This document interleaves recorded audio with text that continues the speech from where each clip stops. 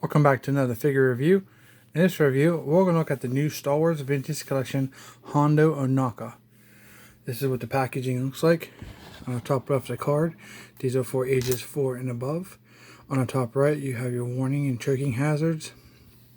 In the top center, you have a traditional Star Wars logo.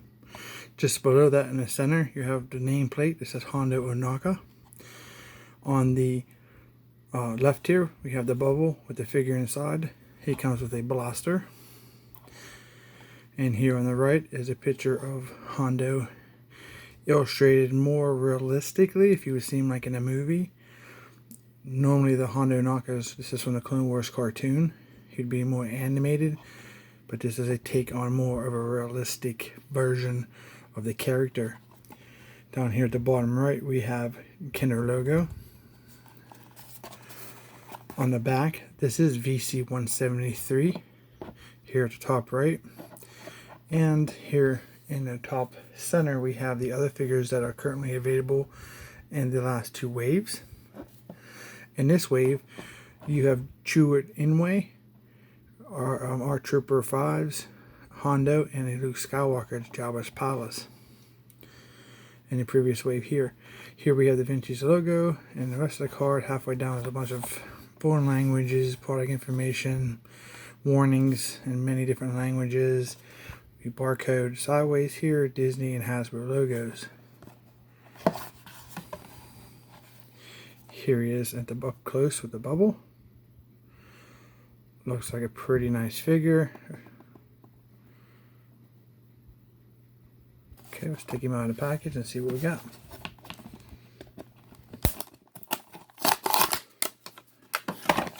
Here is the card. After you rip the bubble off,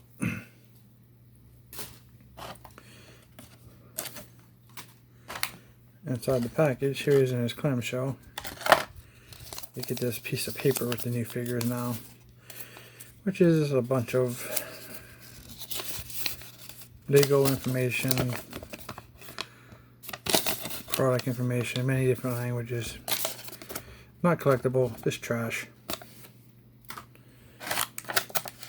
There's the figure.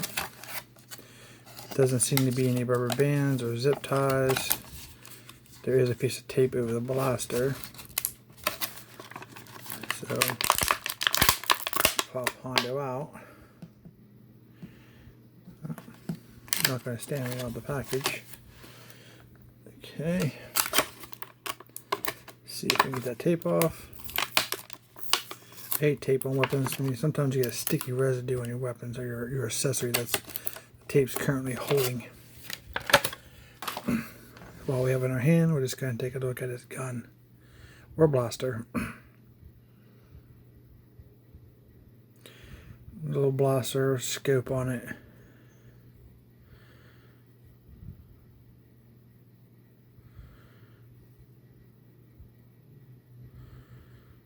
Nicely detailed. No paint, just a black plastic mold. Okay, here is the figure. He has his brown, or that's not even really brown, it's more of a dull copper brownish between a copper and a brown. He has his goggles, and his eyes are actually painted. I'm not sure if you can see that small. He does have eyes painted.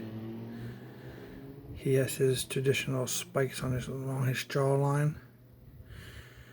Bigger ones in the front, and it gets smaller as you go back. There's 3 of them. He has his dreadlocks, I want to call them, with some different bands or some red and yellow here, holding his hair together. He has this very nice, very vinyl. It looks like vinyl almost. Stripes across there, and you can actually stick your finger down and hear it. Very nicely sculpted. This jacket is a rubber, not cloth. Brown shirt, a tan shirt, I'm sorry, and brown belt. A little bit of copper there on the belt buckle. Like a brown pants, black boots.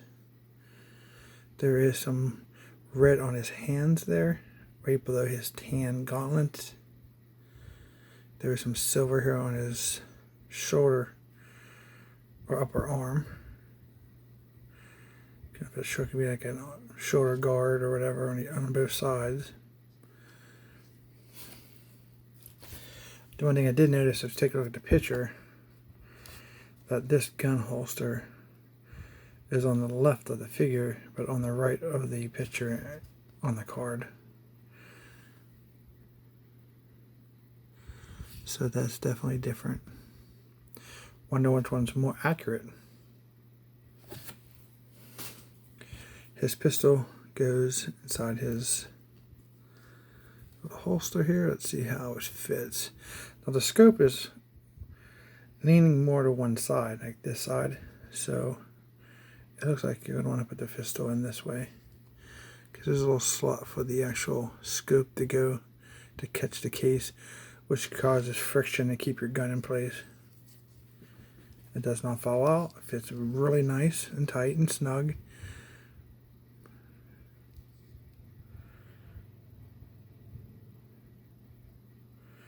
Kind of maybe pushes the scope up a little bit. May deform or make it look like it's bent up over time if left in that position.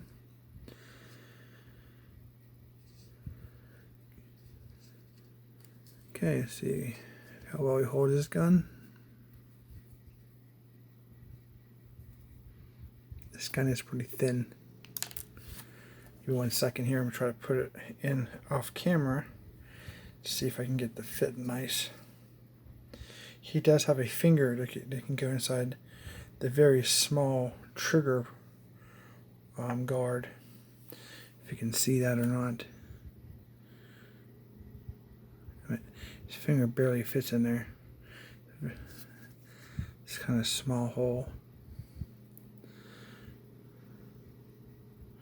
But he does have, we'll go through the articulation, but it's like you can put his wrist down and up, so you can get different positions for his blaster.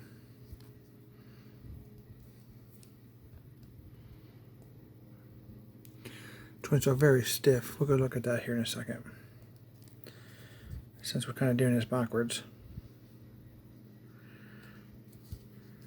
Take a look at this elbow here, so we're not going to break it. Yeah, there we go. Yeah, these things, when they're new like that, you want to grab close as you can to the joints, like right in here and here. And I do recommend heating them if it gets too bad. But this is a softer plastic, so it worked out okay. So it gets you about almost 90 degrees, pretty close. Called 89. So, with that being said, let's take a look at the articulation. His head is on a ball joint. It does go 360. Hair does get in the way, but you can get it if you force it. The head goes down, like maybe that much. Does not stay. Kind of pushes back up, probably because of the hair here. He does look up about that much. The shoulders are on a ball joint. They will rotate 360. Yep, they do 360. And the elbows do bend. Let's see here. That one's very stiff. Give me 1 second here.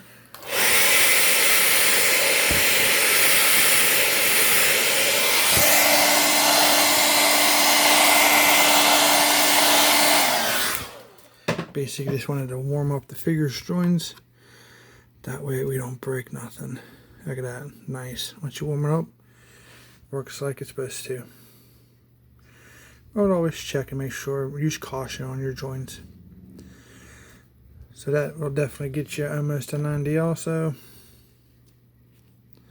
360 on the hands. This one does not have a joint in it. But if you notice on this hand, when you rotate it, it does kind of move. And you can feel it moving like up and down a little bit. Maybe because of the way the sculpt is. But this wrist will go 360 and it goes up and down.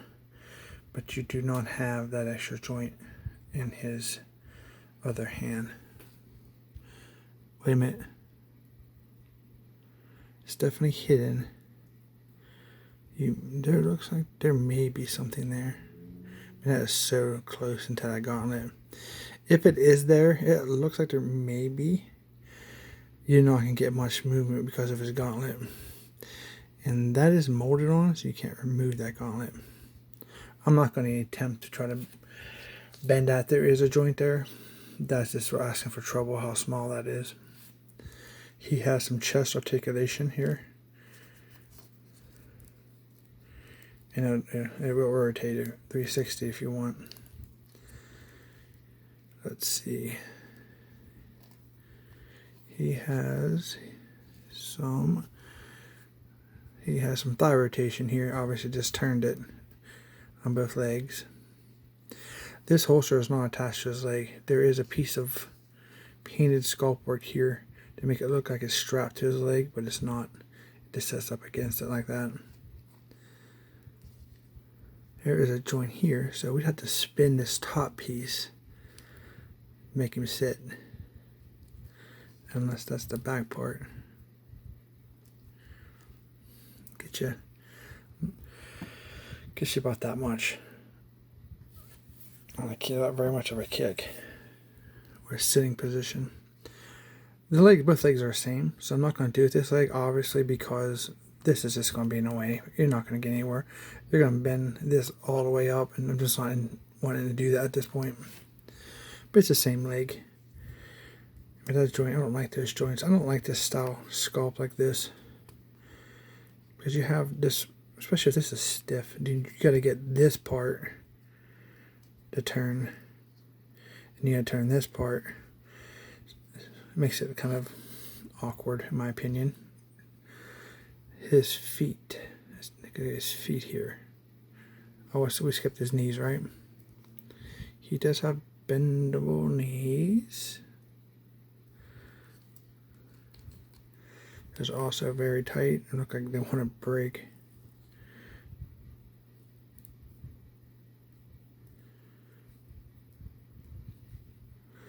It's like they bend that much. Not all the way back. Because of the sculpt. His boot here digs into his pants. It does not get a good bend on his knees. His feet do pivot all the way down.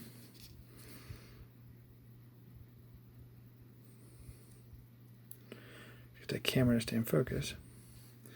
And they're on a ball joint, so they'll spin all the way 360 if you do that. If you desire that, I don't know why, but it's there.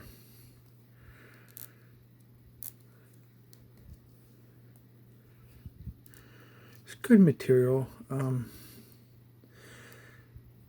His joints feel better than the Chirrut that I've actually reviewed. I have a review for Chirrut up. His leg is a really soft plastic. These are actually a little harder plastic.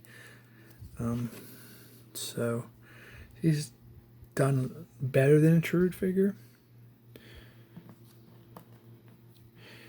If you guys are interested where I found this at Walmart. And when I found it, just as a, if you guys are interested in what's on the shelves more, or what people are looking for, when I found my Chirrut, there was 2 Chirruts. I found him separately on a different day. There was 2 Chirruts and 1 Hondo, and that was it. So it looks like, from what I can tell in my area, the Chirrut Inways are the ones that are peg warming. Obviously, the ARC Trooper was gone at the time. And who else is in that wave? Oh, Luke Skywalker was not to be present either. So I think the Chirrut would be easier one to find. Hondo being the next. Maybe Hondo and Luke, I would think. And that ARC Trooper is going to be very hard to come by. ARC Trooper 5s. Everybody wants those. And of course, you got the damn scalpers. So there's Hondo. for some comparisons. Oops. Here's the Chirrut. He's scaling just a little bit smaller than the Hondo figure. That's what he scales. Here is a ARC Trooper. I'm sorry, not ARC Trooper. Commander Fox. Not Fox. Commander Wolf. I'll have one of those days. And here is K2SO. How he scales with them. He's definitely shorter than the K2SO. Kind of like go from smallest to the biggest scale.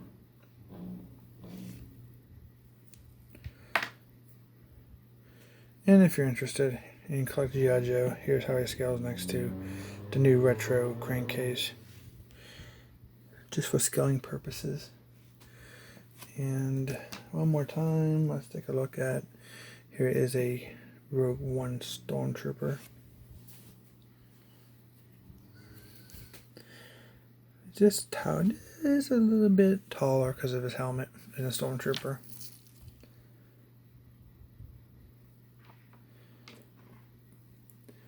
Okay, so the only cons I would have would be this joint in his hand. I'd be aware of. Check your joints. They are kind of stiff. It'd be nice if this was done in a softer cloak. Soft goods maybe. Maybe just left this plastic if they had to. The legs he does not sit very well. With it being this sculpt and it's kind of, a rubber robe, I guess you can't set him anyway. Let's just set him on a stool. So here, let's take one last look at the character as a 360 look.